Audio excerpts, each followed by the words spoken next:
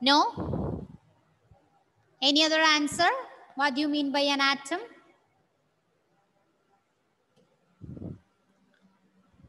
Okay, let's see. In this chapter, we will discuss about atoms and molecules. So, chapter 3, atoms and molecules.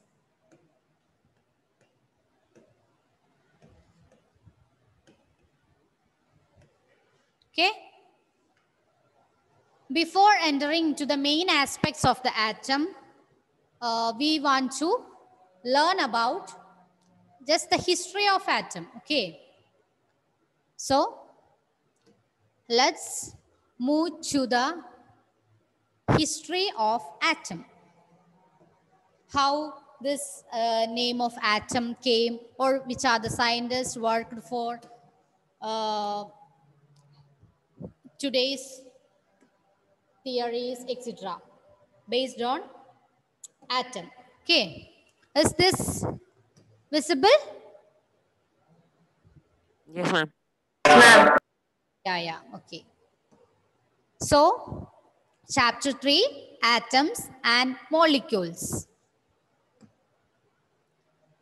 So, these 3 points are the major contributions by the scientists from the earlier stages, okay? So, the first one, around 500 BC, that is before Christ, the Indian philosopher Maharishi Kanad, he postulated the theory, if we go on dividing the matter or padarth, we will obtain smallest particle beyond which further division can't possible, which is known as Paramanu. Okay. So, around 500 BC, the Indian philosopher Maharishi Kanad, he postulated, that means suggested the theory, if we go on dividing the matter. What do you mean by matter? Srihari, what do you mean by matter? I mean, anything that has volume and take up space. Anything that Yeah, has mass and take up space. very good. Matter is anything that occupies space and has mass, right? The air, plants, animals, stone, everything is an example for a matter. So, if we go on dividing the matter, the padarth is a Sanskrit term for that matter, okay? If we go on dividing the matter, we will obtain smallest particle beyond which further division can't possible. We are not able to divide it into further. That smallest particle is known as Paramanu. Okay? Paramanu. So, if we go on dividing the matter, we will obtain a smallest particle. Further division can't possible, and that smallest particle is known as Paramanu. And the next contribution by the ancient Greek philosophers Democritus and Leucippus. Ancient Greek philosophers Democritus and Leucippus, they also reached at a similar conclusion by obtaining a smallest particle beyond which further division can't possible, and they call these particles as atoms. They call these particles as atoms. Clear? Yeah. Then the next point, Antoine L. Lavoisier, he laid the foundation of chemical sciences by establishing two important laws of chemical combination. Antoine L. Lavoisier, he laid the foundation of chemical sciences by establishing two important laws of chemical combination. So, these three are the major contributions from the earlier period, okay, from the ancient period. So, which are the 3 points? Ashik,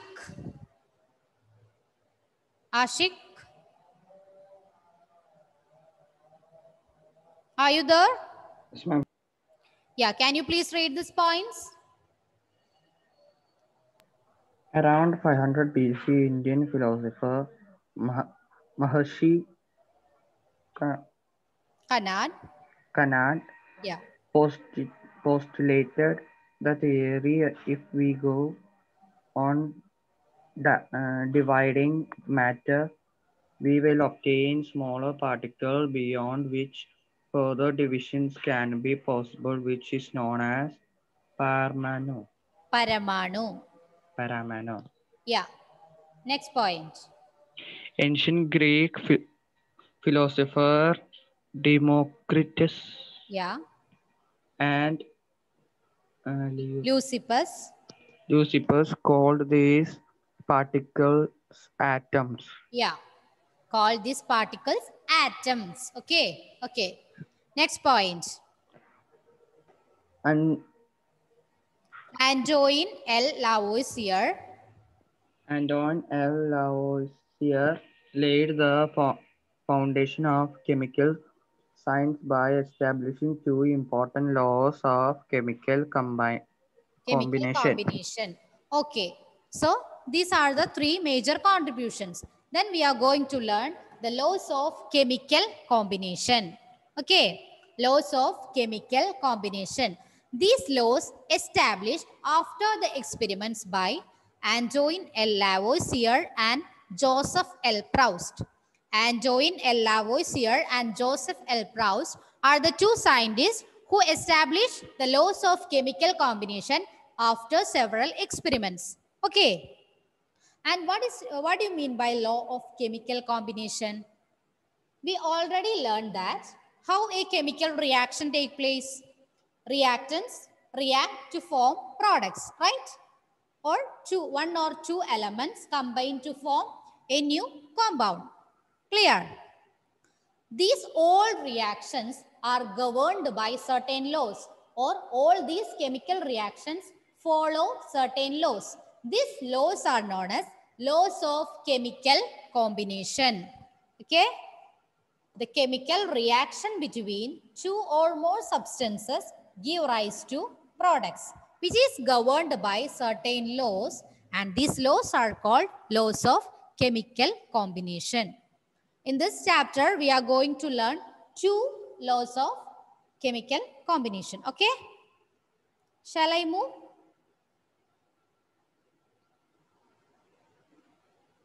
Is it clear? Yes, ma'am. Yeah. So, we are going to learn the first law, law of conservation of mass. First law, law of conservation of mass. Law of conservation of mass. This is the first law of chemical combination. Okay. First law of chemical combination. So, what do you mean by the term conservation? All of you, please switch on your cameras. Celine, Sean, Elsa, Ashik, Minha, Adulya, Anjani, Ahlam, Sania, Swadi, Bastin, Kshetra. Yeah. Adulya.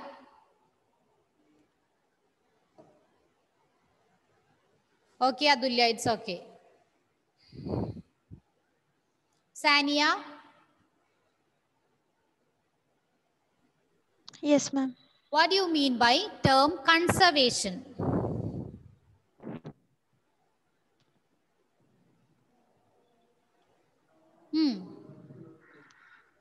Conservation. Anyone? What do you mean by conservation? And to Keeping keep the same amount or level. Not clear, conservation? Ma'am, in chemical, is it like the mass should be same in before the reaction and after the reaction? I can't hear properly. Okay, just preserved or conserved means save, right? Yes, ma'am. So here in the conservation of mass also we are going to save or conserve the mass. Okay. How can we conserve the mass? In a chemical reaction, the mass of the reactants is equal to the mass of the products. That is explained by the law of conservation of mass. Mass of the reactants is equal to the mass of the products. Or otherwise we can say as mass can neither be created nor destroyed in a chemical reaction. Mass can neither be created nor destroyed in a chemical reaction.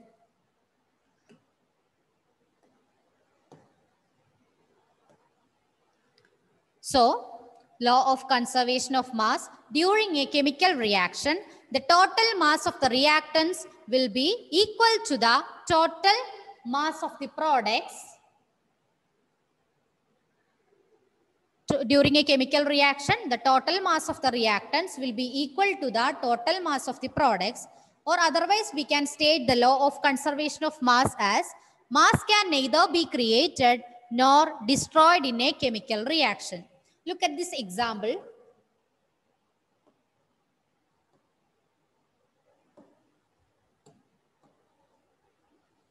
Okay, example, the reactants just labeled as A and B for example, not the real symbols, okay?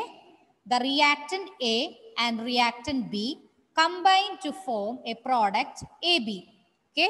Reactant A and reactant B combined or reacted to form the product AB, okay? According to the law of conservation of mass, the total mass of the reactants will be equal to the total mass of the products. So, the mass of A and mass of B is equal to mass of AB. Clear? Is this law clear?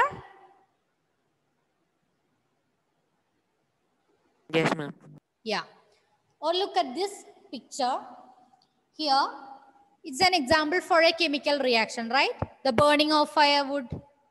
It is a chemical change. So it's a chemical reaction. Here the amount of firewood burns, that is equal to the amount of ash obtained. Okay. The amount of firewood burns is equal to the amount of ash obtained. Clear? Melita?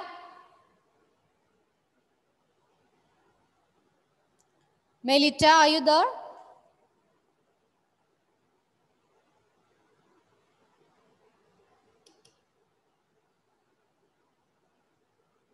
No? Revu? Yes, ma'am. Yeah, please read these points. Law of conservation of mass. During a chemical reaction, the total mass of reactions will be equal to the total mass of the products. Total mass of the reactants is equal to the total mass of the products. Okay, next one. Law of conservation of mass states that mass can neither be created nor destroyed in a chemical reaction. Yeah, mass can neither be created nor destroyed in a chemical reaction. Clear? So well, is this clear? Yes, ma'am. Yeah. So, this is the first law and the law of conservation of mass.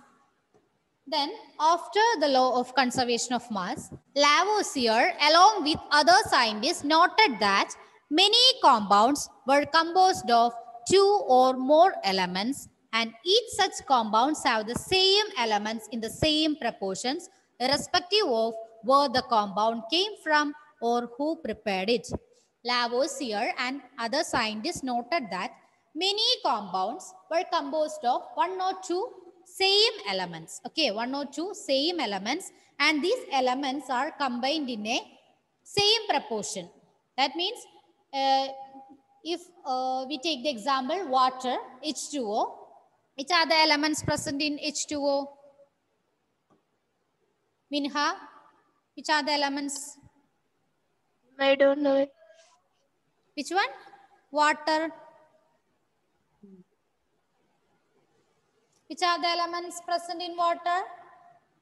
Two hydrogen and one oxygen. Yeah. H2O, right? The chemical formula is H2O. So hydrogen and oxygen.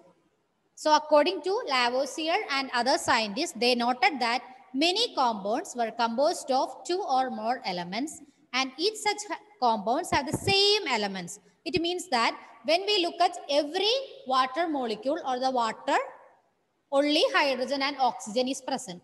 Okay, no more elements present in the water. Hydrogen and oxygen are the only elements present in water, and they combine together in a same proportion. The amount of hydrogen and the amount of oxygen combined is in same proportion. Okay, clear? I will show you the example. If this water molecules comes from any source, all the water molecules are combined by this hydrogen and oxygen, and they are in same proportion. So when we look at this example, 18 gram of water. 18 gram of water. It contains 2 gram of hydrogen and 16 gram of oxygen. 2 gram of hydrogen and 16 gram of oxygen. This 2 gram and 16 gram are their atomic masses, okay? That we can learn in this chapter itself in the later classes, okay? So just remember that this 2 gram of hydrogen and 16 gram of oxygen, that's their atomic masses. So the 18 gram of water contains 2 gram of hydrogen and 16 gram of oxygen. Then when we look into their ratio or mass of hydrogen by mass of oxygen, we will get 2 by 16, right? 2 by 16. Then how can we simplify this 2 by 16? Arun? Ma'am. How can we simplify this 2 by 16 into short form?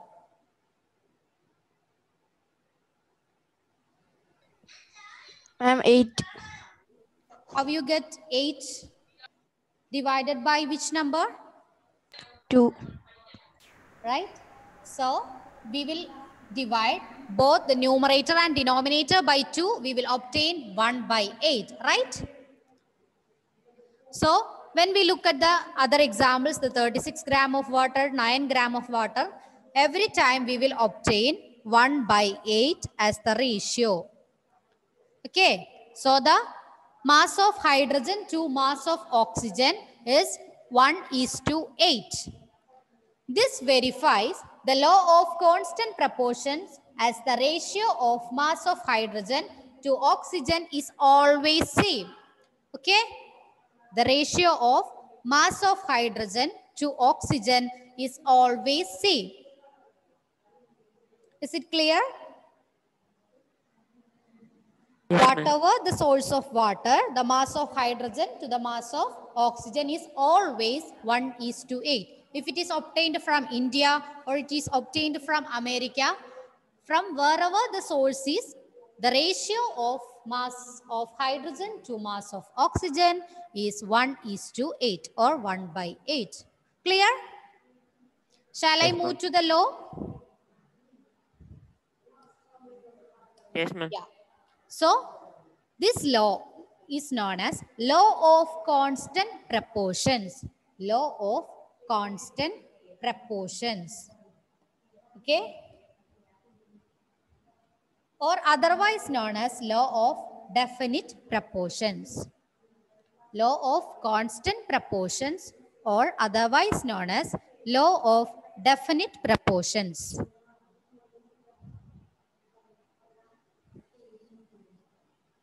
Clear?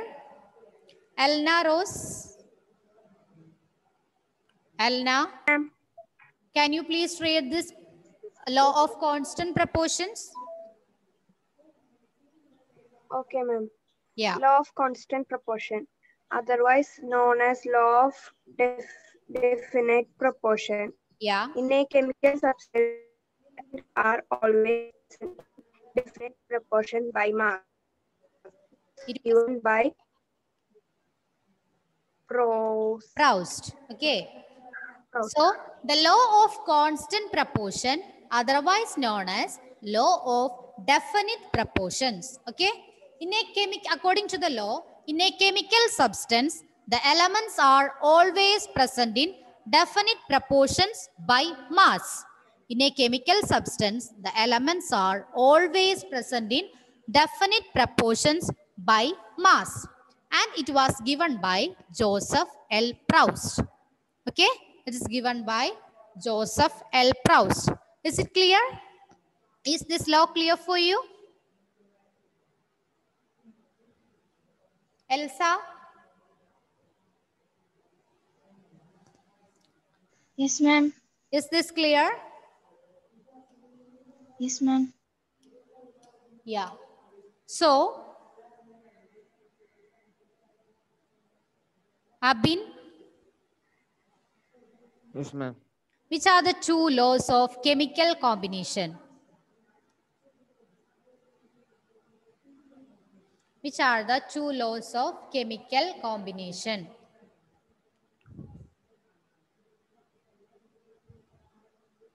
Yeah. Which are the two laws? Law of conservation. Law of? Conservation of mass. Yeah, law of conservation of mass. The next one? Law of? Law of constant proportions. Law of constant proportions or law of definite Definite proportions. proportions. Okay, very good. Then Sovel, Yes, ma'am. please switch on.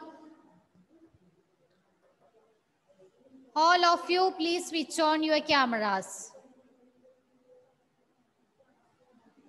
Okay, Sovel. What is the law of conservation of mass? Can you state the law? During a chemical substance, Mass can neither be created. Then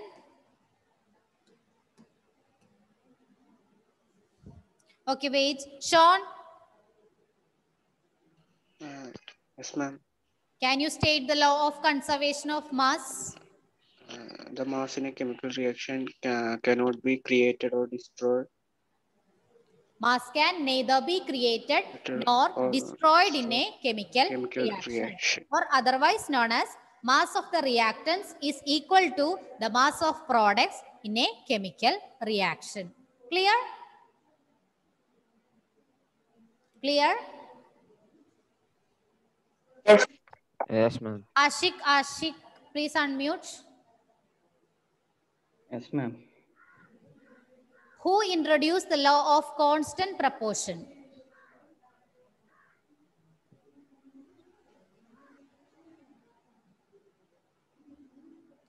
Who introduced, which scientist? Joseph. Do you remember, Ashik? Okay, Lakshmi Nanda, who introduced? Joseph. Yeah, Joseph L. Proust. He introduced the law of constant proportion or law of definite proportion. Anyone can state the law of constant proportion?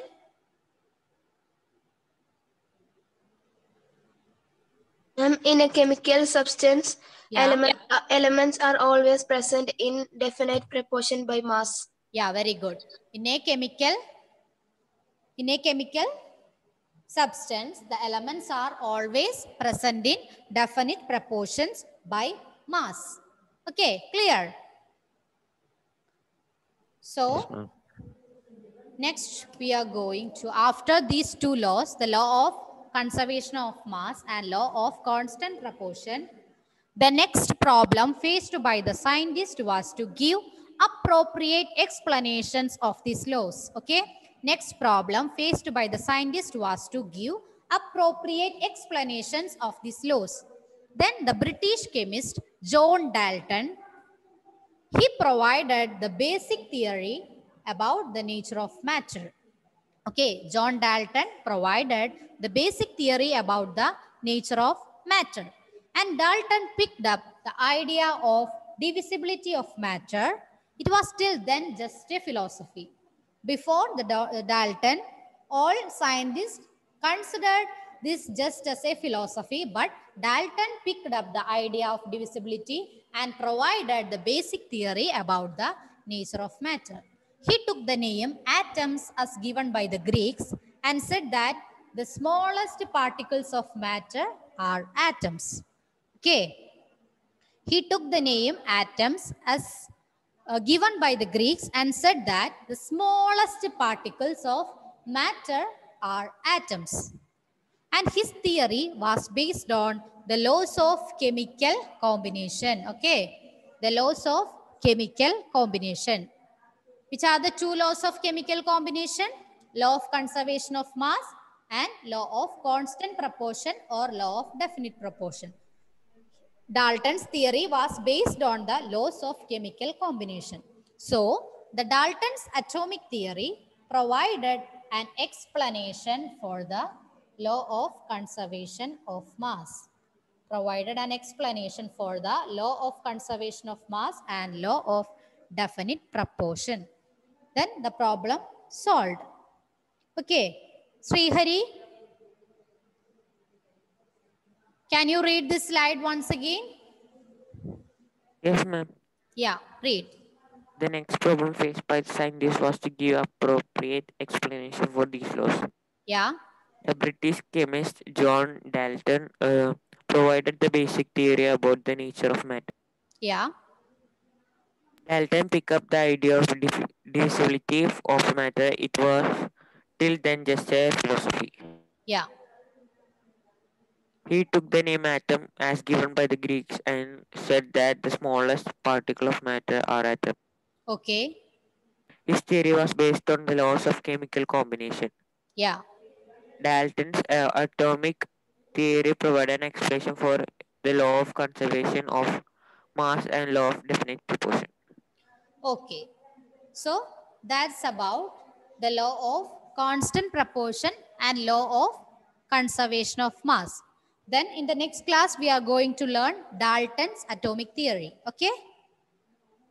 Is this clear? Yes, ma'am. Yes, Yeah. ma'am. So let's take your attendance. Abin Thompson, Present, ma'am. Ahlam Fatima, Elna Rose, Present, ma'am. Ananda Krishna,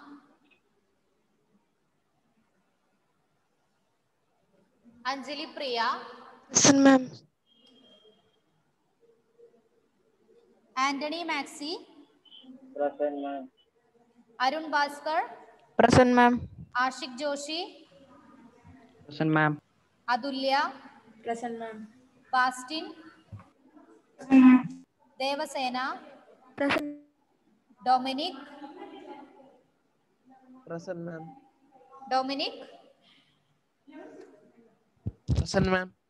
Elsa Babu, Present, ma'am. Tamarin, Present, ma'am. Fagat,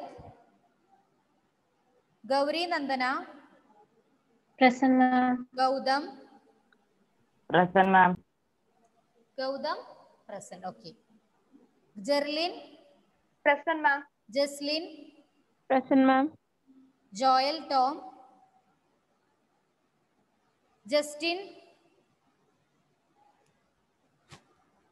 Karthik, Kshetra, Karthik, okay, Kshetra, Present, ma'am. Lakshmi Nanda, Present, ma'am. Melita, Minha, Present, ma'am. Revu, Present, ma'am. Sania, Present, ma'am. Shania, Present, ma'am. Sean Joseph, Present, ma'am. Sovel, Present, ma'am. Sriram, Srihari, Present, ma'am. Swati Krishna. Present, ma'am. Okay. So, see you in next class, okay?